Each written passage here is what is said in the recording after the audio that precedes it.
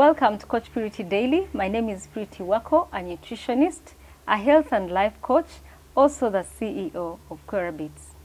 Welcome back to our activated charcoal series. Have you ever been with someone who has a fish odor? Something that they cannot control, because sometimes these are genetic conditions. Activated charcoal can reduce symptoms of fish odor syndrome. You can get rid of that unpleasant odor. It's not your fault, it's not something that you're going to blame yourself for, but then it happens.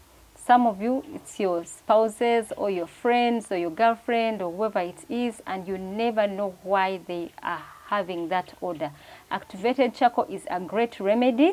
You just have to do 3 times a day. Drink half a glass in the morning, half a glass in the afternoon, and half a glass in the evening.